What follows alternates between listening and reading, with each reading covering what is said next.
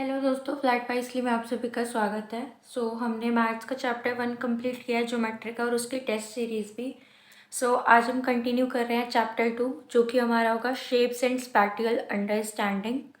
Okay, so let's continue our chapter.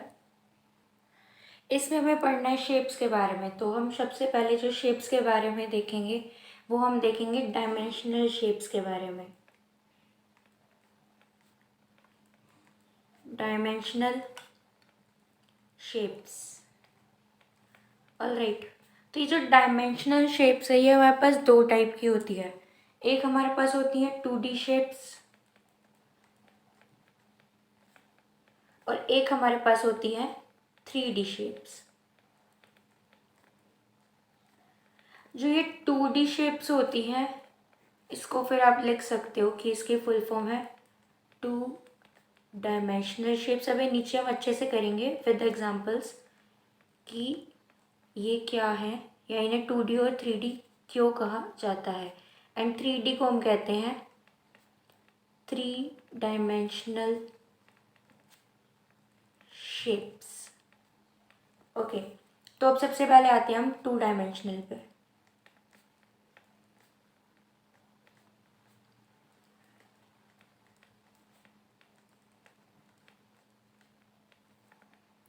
जो आपकी 2 dimensional shapes होती हैं ये होती हैं plane shapes.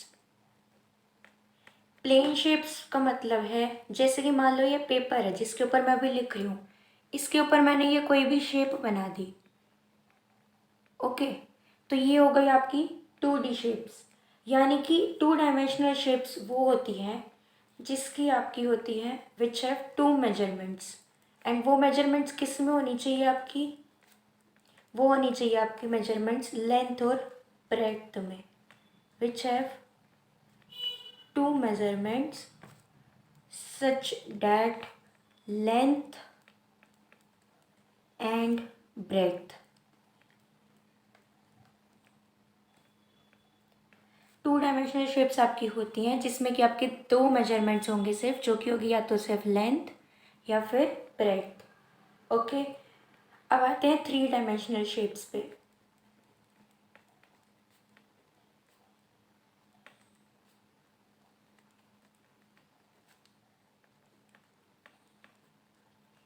Three dimensional shapes आपकी कौन सी होती हैं?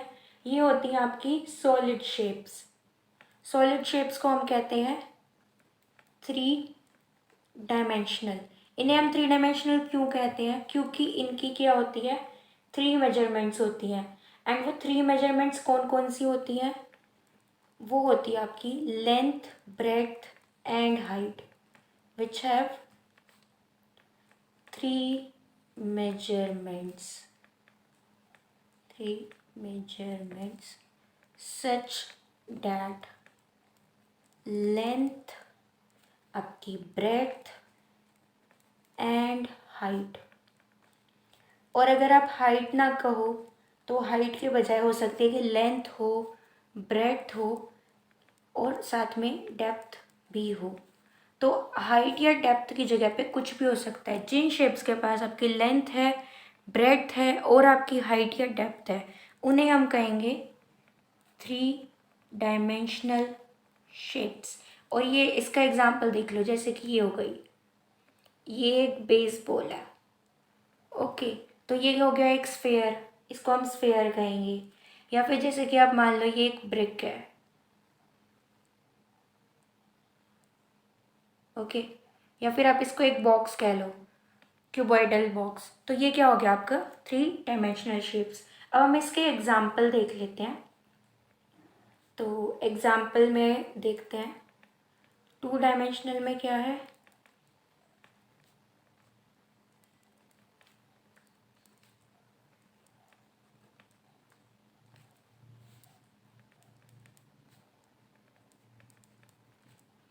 इसमें आपका सबसे पहले आ जाता है स्क्वायर। स्क्वायर में आप किसका एग्जाम्पल लोगे? स्क्वायर की फिगर के लिए आप देख सकते हो सरफेस आपके कैरम बोर्ड का, सरफेस ऑफ कैरम बोर्ड। दूसरी आपकी जो 2 डायमेंशनल शेप्स में आती है वो है रेक्टेंगल। रेक्टेंगल में आप देख सकते हो सरफेस किसी भी बुक का, surface of a book. Third जो आपकी शेप आती है वो है सर्कल।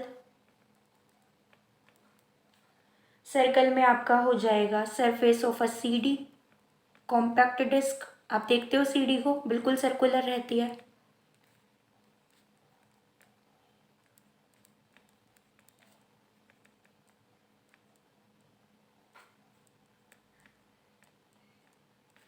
दूसरा आप कह सकते हो कि ट्राइंगल हो गया।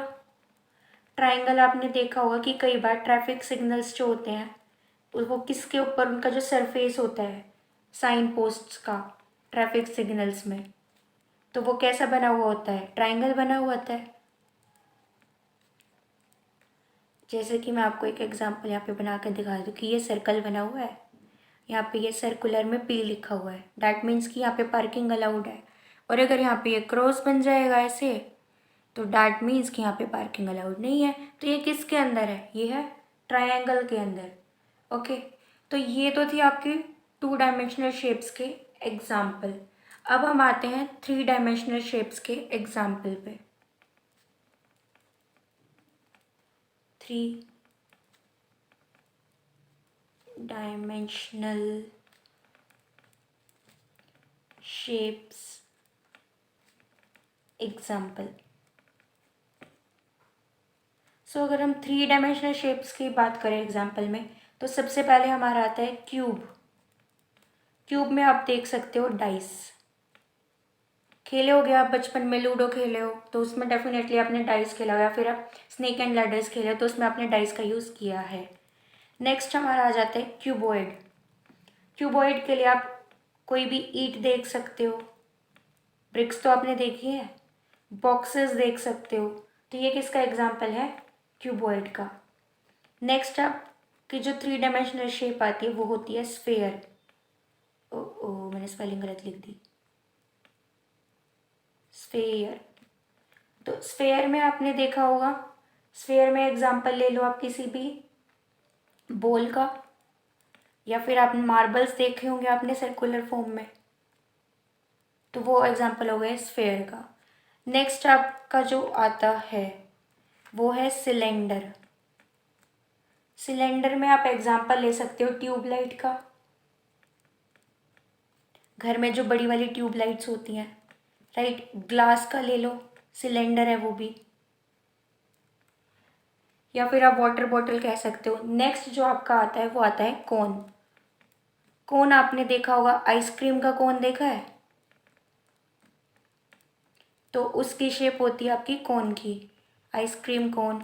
या फिर आप कैप कह सकते हो, जो मैजिशियंस की कैप होती है कई बार, जो इस टाइप की दिखती है, तो ये क्या हो गया, कोन का एग्जाम्पल। तो ये थे आपके 3 डायमेंशनल शेप्स के एग्जाम्पल, और ये थे आपके 2 डायमेंशनल शेप्स के एग्जाम्पल। होपफुली आपको ये प्रॉपर समझ आया होगा। अब हम देखेंगे कि स्पैटियल ये तो था पूरा कंसेप्ट शेप्स का। अब हम देखेंगे कि ये स्पैटियल अंडरस्टैंडिंग से क्या है मतलब। सो लेट्स कंटिन्यू।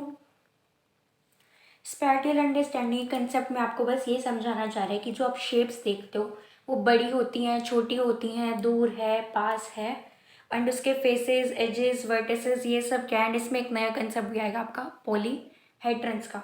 सो पहले हम स्पैटियल अंडरस्टैंडिंग का कंसेप्ट देख लेते हैं कि क्या है। तो सबसे पहले हम देखेंगे इसमें स्मॉल और बिग के लिए, स्मॉल एंड बिग के लिए। तो सबसे पहले आप ये देख रहे हो एक बॉल है, ओके, एंड एक ये बॉल है। तो आप ये डिफरेंस पता लगा सकते हो ना कि छोटा कौन सा है एंड बड़ा कौन सा है। तो बस इसका यही है कि आपको शेप्स के साथ साथ ये एक अंडरस्टैंडिंग होनी चाहिए उन्हें देख के कि छोटा कौन सा है एंड बड़ा कौन सा है। ऐसे इसमें हम एक बॉक्स में देख लेते हैं।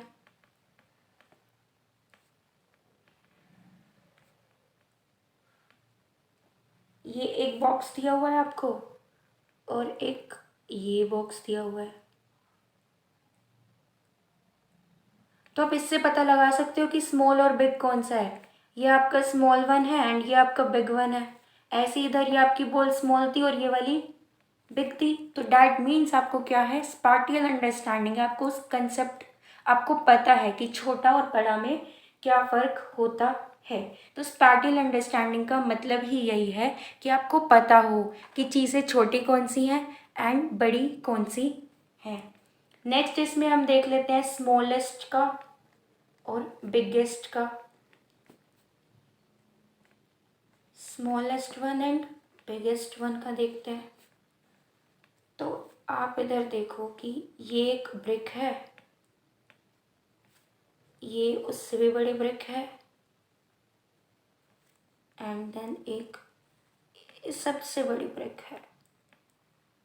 तो अब आपसे अगर पूछा जाए कि इसमें से स्मॉलेस्ट कौन सा एंड बिगेस्ट कौन सा है, तो आप बता सकते हो कि ये वाला तो स्मॉलेस्ट है, ये स्मॉलेस्ट ब्रिक है आपकी, एंड आप इसे देखते ही बता सकते हो कि ये आपकी बिगेस्ट ब्रिक है। तो ये है आपकी स्पैटियल अंडरस्टैंडिंग, जिसमें कि आप शेप्स को देख के पता लगा सकते हो कि कौन सी सबसे बड़ी है कौन सी सबसे छोटी है। अगर आपके पास एक या एक से ज़्यादा शेप्स आ जाए, सॉरी दो या दो से ज़्यादा शेप्स आ जाए, तो भी आप छोटे बड़े का फ़र्क बता सकते हो अच्छे से।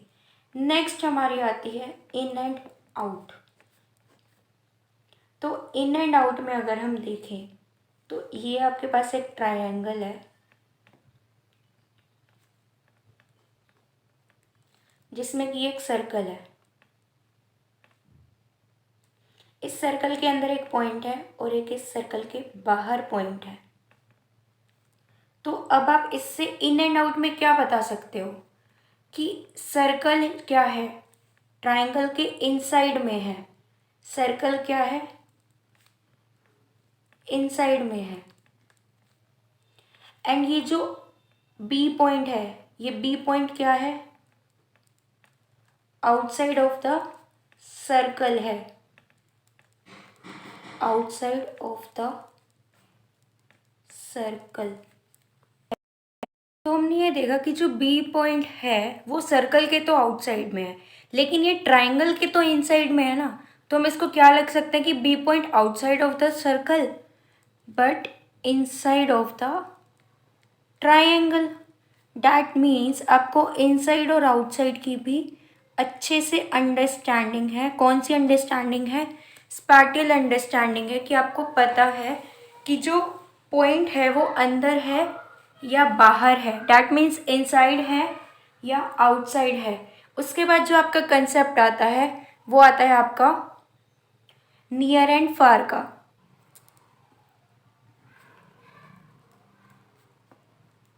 नियर से आप समझते हो यानी कि पास, एंड फार से आप समझते हो यानी कि दूर।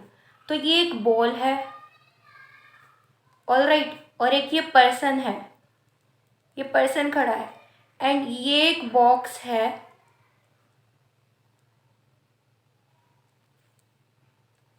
तो ये जो पर्सन है आप बता सकते हो कि इसके नियर में कौन सी चीज़ है, नियर में इसकी कौन सी चीज़ है, वो है बॉल, एंड फार में इसकी कौन सी चीज़ है, वो है बॉक्स। तो यानी कि आप इसके दूर का और पास का डिफरेंस बता सकते हो कि कौन सी चीज़ इसके पास में है पर्सन के एंड कौन सी चीज़ दूरी पे है पर्सन के, राइट। डैट मीन्स कि आपको नियर एंड फार का भी डिफरेंस पता है। नेक्स्ट हमारा टॉपिक आता है अबव एंड बिलो का। Above and below. अबव का मतलब होता है आपका ऊपर एंड बिलो का मतलब होता है नीचे। फॉर एग्जाम्पल आपके पास ये एक टेबल है, ठीक, आपके पास क्या है, ये एक टेबल है जिसके ऊपर एक बुक रखी हुई है, आपके पास ये एक बुक रखी हुई है ऊपर की साइड और नीचे एक बॉल है। तो आप ये बता सकते हो कि अबव द टेबल कौन सी चीज़ है, अबव द टेबल आपके क्या है, अबव द टेबल है आपके book, and below the table क्या है, बिलो द टेबल है आपकी बॉल। तो डैट मीन्स आपको अबव एंड बिलो का भी कंसेप्ट प्रॉपरली पता है। तो स्पैटियल अंडरस्टैंडिंग में आपको यही चीज़ पता होनी चाहिए कि जो शेप्स हैं, आपको शेप्स के बारे में प्रॉपर जानकारी कितनी है, आप क्या उन्हें देख के बता सकते हो कौन सी दूर है कौन सी पास है, कौन सी आपकी नियर है, कौन सी फार है, कौन सी ऊपर है, कौन सी नीचे है। तो ये सब आपको पता होना चाहिए। अब हमारा जो नेक्स्ट टॉपिक है वो है फेसेस, एजेस एंड वर्टिसेस का। सो लेट्स सी कि फेसेस क्या होते हैं, एजेस क्या होती हैं एंड वर्टिसेस क्या होती। सो फेसेस होते हैं आपके जो आपका पॉलीगोनल रीजन होता है किसी भी एक सॉलिड सरफेस पे, यानी कि सॉलिड फिगर में जो एक सरफेस मिल रहा होता है आपको किसी भी फिगर का, उसे हम कहते हैं faces. The polygonal region of a solid surface are called faces. Next आता है एजेस। पहले हम सिर्फ डेफिनेशंस देख रहे हैं, देन मैं आपको फिगर में समझाऊंगी फेसेस क्या होते हैं, एजेस क्या होते हैं, वर्टिसेस क्या होती है। एजेस वो होती है जहाँ पे कि आपके दो फेसेस मीटअप करते हैं, where two faces meet, that is called edges. Next आता है आपका वर्टिसेस। सो आपकी वर्टिसेस क्या होती है, वर्टिसेस आपकी होती है जहाँ पे कि दो या दो से ज़्यादा एजेस मीटअप करती है जिस पॉइंट पे, उस पॉइंट को हम कहते हैं vertices, where two or more edges meet at a point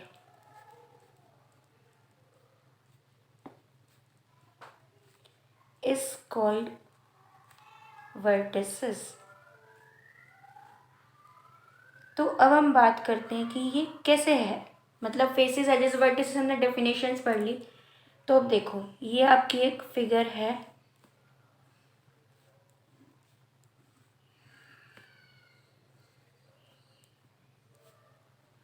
cuboid. Okay, तो क्यूबॉइड के अंदर जो आपका ये एक फेस दिख रहा है आपको, आपको इससे देख के पता चल रहा है कि ये क्या बना रहा है, एक रेक्टेंगल। तो ये आपका एक फेस हो गया। अंदर की साइड पे ये आपका हो गया दूसरा फेस, यानी कि दूसरा रेक्टेंगल। जो आपका थर्ड है वो है ये वाला, जी ऐसे बन रहा है। ऑल राइट, तो ये आपका हो गया थर्ड फेस। देन आपका ये हो गया फोर्थ फेस जो ऐसे आ रहा है, फोर्थ फेस। अब आपका ये वाला हो गया, ये आपका हो गया फिफ्थ फेस। एंड जो ये ऊपर की साइड है ये आपका हो गया सिक्स्थ फेस। तो यानी कि इसमें जो आपके फेसेस हैं वो कितने हैं, सिक्स। सिक्स क्यों है, क्योंकि फेस क्या होता है, एक पॉलीगोनल रीजन। ये जो आपका रेक्टेंगल है ये क्या है, एक पॉलीगन है। तो ये पॉलीगोनल रीजन है एक सॉलिड सरफेस का, ये एक सॉलिड का जो कि एक सरफेस पे रखा गया है। ठीक, तो मान लो ये जो क्यूबॉइड है ये एक बॉक्स है, ज्योमेट्री बॉक्स है क्यूबॉइडल। ठीक है, अगर आप उसको रखोगे एंड अब अगर आप उसको देखोगे तो उसके फेसेस क्या बने, उसके सिक्स फेसेस बनेंगे। एंड वो सभी किस शेप के होंगे, रेक्टेंगल के। तो हमने इसमें काउंट किया था इसके फेसेस कितने हैं, रेक्टेंगल।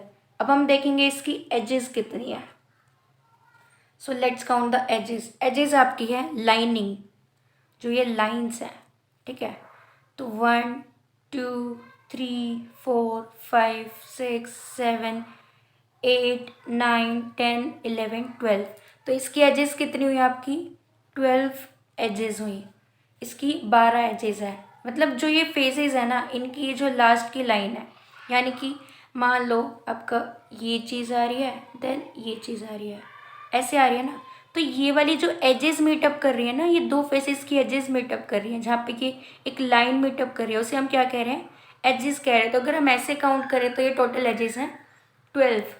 अब हम बात करते हैं वर्टिसेस की। इसमें वर्टिसेस कितनी है, तो वर्टिसेस आपके कॉमन पॉइंट्स जो हैं यहाँ पे 1 2 3 4 5 6 7 8। तो आपकी यहाँ पे वर्टिसेस होंगी 8 वर्टिसेस। तो इस कंसेप्ट से आपको क्लियर अप हो गया। कि फेसेस क्या होती हैं, वर्टिसेस क्या होती हैं और एजेस क्या होती है। आपके वर्टिसेस वो होती है जहाँ पे कि आपकी जब बहुत सारी एजेस मिल रही है, वो जो एक पॉइंट है, तो वो पॉइंट्स कितने हैं, तो क्यूबॉइड के अंदर आपकी 8 वर्टिसेस होती हैं, एजेस आपकी 12 होती हैं, फेसेस आपके 6 होते हैं। गाइस हमारा नेक्स्ट टॉपिक है पॉलीहेड्रन्स। सो लेट्स सी कि पॉलीहेड्रन्स क्या होते हैं। जो पॉलीहेड्रन्स होते हैं वो सॉलिड्स होते हैं, यानी कि वो 3D वो वाली शेप्स होती हैं, वो 3D शेप्स होती हैं जिनके कि फ्लैट फेसेस होते हैं और उनकी स्ट्रेट एजेस होंगी एंड वर्टिसेस होगी, उन्हें हम कहेंगे पॉलीहेड्रन्स। तो आप इसकी करेक्टरिस्टिक में या डेफिनेशन में क्या लिखोगे? The solids which have flat faces, straight edges and vertices is called polyhedron। आपके पॉलीहेड्रन वो 3D शेप्स होती हैं जिनके कि आपके फ्लैट फेसेस होंगे, स्ट्रेट एजेस होंगी एंड साथ ही साथ उनमें वर्टिसेस भी होंगी। एग्जाम्पल में आप देख सकते हो, जैसे कि क्यूब हो गया, क्यूबॉइड हो गया, प्रिज्म हो गया या फिर पिरामिड। क्यूब आप कैसे बनाते हो? एक स्क्वायर, देन ये आपकी हो गई क्यूब। क्यूबॉइड की बात करें तो ये बनता है रेक्टेंगल से, इसमें रेक्टेंगल पॉलीगन होता है जनरली। ये हो गया रेक्टेंगल से क्यूबॉइड बन गया। देन आता है आपका प्रिज्म। प्रिज्म आपका होता है इस टाइप का, ये आपका हो गया प्रिज्म। देन आता है आपका पिरामिड, ये एक ट्राइंगल होता है, देन ऐसे, देन दिस, एंड ये हो गया आपका पिरामिड। ओके, तो ये है आपके पॉलीहेड्रन्स। अब आते हैं नॉन पॉलीहेड्रन्स क्या होते हैं। नॉन पॉलीहेड्रन्स, नॉन पॉलीहेड्रन्स आपके वो होते हैं जिन सॉलिड्स में सिमिलर फेसेस नहीं होते और एजेस नहीं होती और ना ही आपकी वर्टिसेस होती है। मेन आपको बस देखना है कि आपके सिमिलर फेसेस नहीं मिलेंगे। जैसे कि अगर हम क्यूब की बात करें तो ये पूरा किससे बना है? सारे सरफेसेस इसके कैसे? स्क्वायर ही हैं। क्यूबॉइड की बात करें तो इसके सारे सरफेसेस कैसे, कौन से पॉलीगन से मैच कर रहे हैं? रेक्टेंगल से। ऐसे ही इसमें देखोगे तो ये सब जनरली क्या है? ये आपके वो पैरेललोग्राम में की फॉर्म में आ रहे हैं। ऐसे ही यहाँ पे बात करोगे पिरामिड में तो आपके इसमें सिमिलर फेसेस है, सब ट्राइंगल्स में आ रहे हैं। इधर से भी ट्राइंगल बन रहा है, इधर से भी ये ट्राइंगल की फॉर्म में आ रहा है ऐसे। तो इस टाइप से ये क्या है? आपके सिमिलर फेसेस हैं एंड आपके एजेस हैं इसमें। तो यानी कि the solids which do not have similar faces. Similar faces का मतलब ये भी है कि मान लो अगर यहाँ पे स्क्वायर से बनी है एक चीज़ तो वो दूसरी चीज़ रेक्टेंगल से बन सकती है, क्योंकि इनकी करेक्टरिस्टिक्स मैच करती है स्क्वायर और रेक्टेंगल की। लेकिन नॉन पॉलीहेड्रन्स में आपके सिमिलर फेसेस नहीं होते तो वो क्या कहलाते हैं? नॉन पॉलीहेड्रन्स। स्फेयर है, कौन है, सिलेंडर है। स्फेयर में देखो, इसमें आप देख रहे हो कोई भी एज नहीं है, कोई भी वर्टिसेस नहीं है, इसलिए ये नॉन पॉलीहेड्रन है। क्योंकि एक पॉलीहेड्रन होने के लिए हमारे पास फेसेस होने चाहिए, एजेस होनी चाहिए और वर्टिसेस होनी चाहिए। नेक्स्ट आप देखो कौन, इसमें वर्टिसेस हैं आपकी, इसमें आपकी एजेस भी हैं 2, ठीक है, लेकिन इसमें जो फेसेस हैं वो आपके सिमिलर नहीं है। एक फेस है आपका सर्कुलर और एक फेस है आपका ट्रायंगल, जिसकी वजह से ये आपका पॉलीहेड्रन नहीं है। ओके, नेक्स्ट आते हैं सिलेंडर। सिलेंडर में देखो आपके ये 2 सर्कल हैं, ये तो सिमिलर है, लेकिन जो आपका ये वाला पार्ट है ये आपका रेक्टेंगुलर पार्ट है। ओके, लेकिन ये सिमिलर फेसेस नहीं है क्योंकि आपका ये वाला फेस हो गया डिफरेंट, इसलिए ये आपका नॉन पॉलीहेड्रन नहीं है।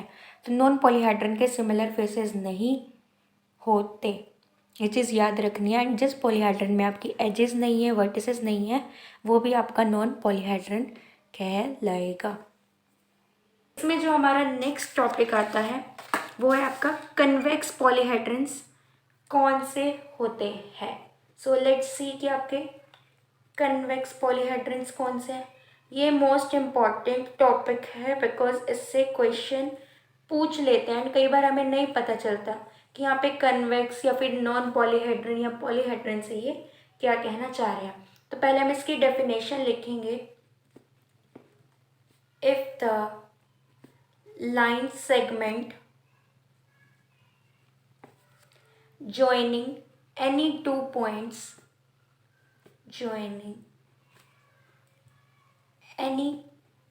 two points on the surface of a polyhedron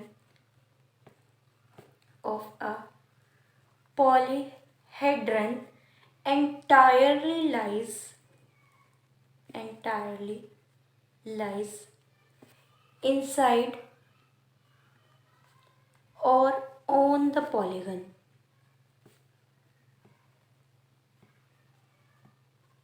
then it is a convex polyhedron। तो इससे आप क्या समझ रहे हैं? इसका मतलब ये है कि अगर कोई पॉलीहेड्रन की फिगर आपको दी हुई है, ओके, एंड अगर उस पर आप कोई लाइन सेगमेंट बनाते हो, कोई भी दो पॉइंट्स को ज्वाइन करते हो, आप कोई भी लाइन सेगमेंट बना रहे हो, तो या तो वो उसके अंदर है, उस पॉलीहेड्रन के अंदर, या फिर उस जो वो पॉलीगन बना रहा है, एक जो उसके अंदर एक सरफेस है, प्रॉपर पॉलीगन का जो एक सरफेस है, अगर उस पर वो लाइन सेगमेंट ज्वाइन अप हो रही है तो हम उसे क्या कहेंगे? Convex polyhedron. ओके, तो इसका एग्जांपल आप देखो। ये हमारे पास है एक स्क्रू का, हम यहाँ पे एग्जांपल देखेंगे जनरली, क्योंकि आपने ऐसे स्क्रूज देखे होंगे घर पे। फिगर पे ध्यान मत देना, इतनी अच्छी नहीं बनी है वाली, ठीक है। तो मान लो ये एक पॉलीहेड्रन है, ठीक। अब मैंने ये इसके सरफेस पे एक डॉट लगा दी, एक ये डॉट लगा दी, तो मैंने इससे ये ज्वाइन कर दी, तो ये क्या हुआ? ये इस पॉलीगन के ऊपर आई, ठीक है, ऑन द पॉलीगन आई ये लाइन सेगमेंट, तो ये क्या हो गया? Convex polyhedron. अब एक पॉइंट मैंने ऊपर लगा दिया, एक पॉइंट मैंने इधर लगा दिया, तो अब जब मैं इसको ज्वाइन कर रही हूँ तो ये है तो इसी के ऊपर, यानी कि इनसाइड द पॉलीहेड्रन है ये लाइन सेगमेंट, तो इसलिए ये क्या होगा? Convex polyhedron. और कन्वेक्स पॉलीहेड्रन में एक और इसकी करेक्टरिस्टिक है कि इसके क्या होते हैं? एमर्ज्ड फेसेस होते हैं, एमर्ज्ड फेसेस एंड वर्टिसेस। इसके एमर्ज्ड फेसेस एंड वर्टिसेस होते हैं, मतलब कि एक जो ये पॉलीगन है ना, ये हेक्सागन जो है, इसी हेक्सागन का और भी फेसेस, अगर हम इसी हेक्सागन के जैसे और भी फेसेस को अगर हम ज्वाइन अप करें तो आपकी वर्टिसेस भी अलग से आ जाएंगी एंड आपके उस फेसेस से ये एक प्रॉपर पॉलीहेड्रन बन जाएगा। तो एमर्ज्ड से मतलब है कि आपके जब सिमिलर फेसेस से एक न्यू, अगर उनको ज्वाइन करते हो, एक न्यू कोई फिगर बन के आ रही है, एक न्यू पॉलीहेड्रन बन रहा है, तो हम उसे कहेंगे कन्वेक्स पॉलीहेड्रन, ठीक। अब आपका जो नेक्स्ट आता है वो है नॉन कन्वेक्स पॉलीहेड्रन।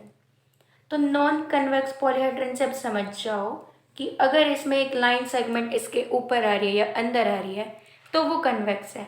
तो डैट मीन्स कि अगर जो नॉन कॉन्वेक्स होगा उसमें अगर हम लाइन सेगमेंट बना रहे हैं तो वो उस फिगर से बाहर चली जाती है, या तो वो बिल्कुल ही बाहर रहती है या फिर वो उसके ऊपर लाइन नहीं करती, ठीक। तो वो हो जाता है नॉन कन्वेक्स पॉलीहेड्रन। तो इसकी हम डेफिनेशन लिखेंगे। If the line segment joining any two points on the surface of a polyhedron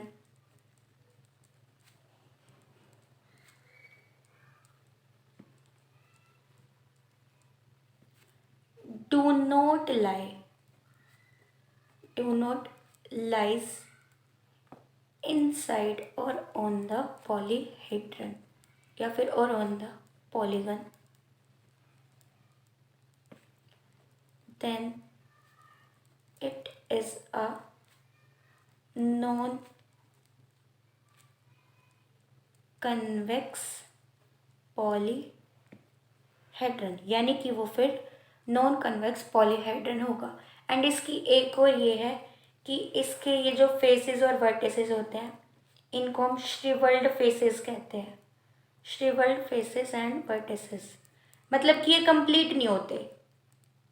तो अब आप जैसे ये एक फिगर देखो, ये एक स्टार बना हुआ है, ठीक, ये जो स्टार बना हुआ है तो इसको अगर हम 3D में बनाएंगे ना तो ये इस टाइप से बनेगा।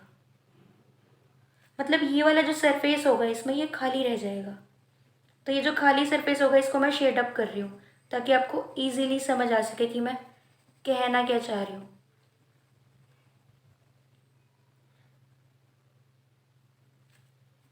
ये रहा। तो अब देखो मैंने एक पॉइंट यहाँ लगाया, एक पॉइंट यहाँ लगाया, ठीक। तो ये ऐसे नहीं जा सकती, ये ऐसे जाएगी। मेरी जो लाइन सेगमेंट है ये बाहर से होके ज़रूर जाएगी। बल्कि जो इसका ये वाला पार्ट है ये क्या है, खोखला है। खोखला है तो इट मीन्स ये बाहर भी जा रही है। अगर यहाँ पे लगाऊं और यहाँ पे लगाऊं तो ये अगर सीधी ऐसे जाएगी तो ये कहाँ जा रही है, ये बाहर की साइड लाई ऑन कर रही है। तो डैट मीन्स ये कौन सी फिगर है, नॉन पॉलीहेड्रन। अब मैं अगर एक और फिगर बनाऊं जैसे कि ये है,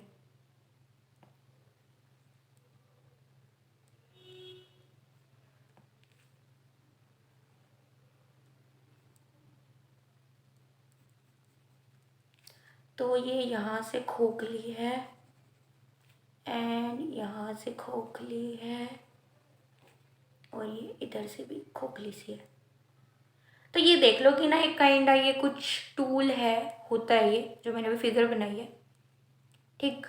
तो अगर मैं यहाँ पे एक पॉइंट लगा रही हूँ और यहाँ पे एक पॉइंट लगा रही हूँ तो ये जब मैं यहाँ से जा रही हूँ ना तो मेरे को ये ऐसे घूम के जाना पड़ेगा क्योंकि इसका जो ये वाला पार्ट है ना अंदर की साइड का भी, ये है खोखला, ये खोखला है।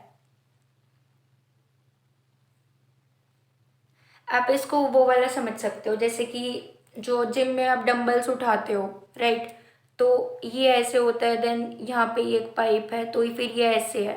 तो ये फिगर भी कुछ इसी टाइप की है, ये मैंने बुक में देखी थी किसी में बनी हुई। तो ये नॉन कॉन्वेक्स का है। तो अगर मैं यहाँ पे लाइन सेगमेंट लगा रही हूँ और फिर एक यहाँ पे लगा रही हूँ तो इसको मीटअप करने के लिए मेरे को ऐसे जाना पड़ेगा क्योंकि जो ये आसपास का एरिया है वो क्या है, खोखला है, यानी कि वहाँ पे कुछ भी नहीं है।